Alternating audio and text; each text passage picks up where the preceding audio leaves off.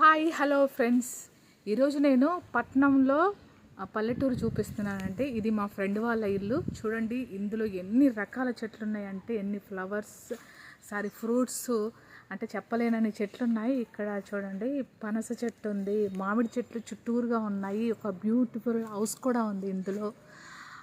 తర్వాత చింత చెట్లు ఉన్నాయి. చూడండి ఎంత బాగుందో.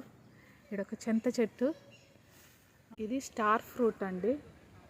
ఇంకా ఆ ముందు అల్లనేరేడు చెట్టు ఉంది. ఇది కూడా ఒక ఫ్రూట్ చెట్టు అండి. చెట్టు ఏంటో నాకు తెలియట్లేదు. ఇక్కడ మునగాకు చెట్టు.